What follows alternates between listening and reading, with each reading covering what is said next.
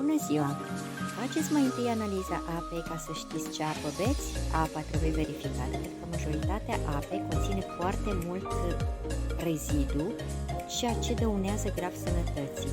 Beți apă zero. Dacă nu știți ce apă este aceasta, cereți informații, dar și apa bună trebuie să știi cum să o bei. Este foarte important. Noi avem un program zilnic, cereți îndrumătorului acest program, respectând și cantitatea zilnică necesară, adică 5% din greutatea corporală, dar numai apă bună, apă zero, apă vie, cum vreți să numiți, dar să fie bună. Noi o avem soluția. Nu consumați apă cu rezidu mare, deoarece riscați să blocați rinichii sau să dați fierea peste cap.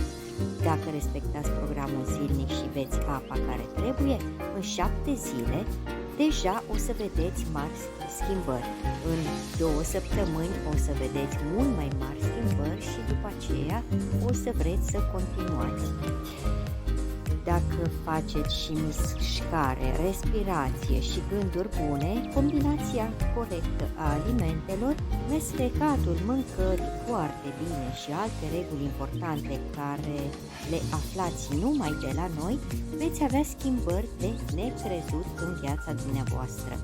Este bine să folosim acest program toată viața, pentru că este foarte sănătos.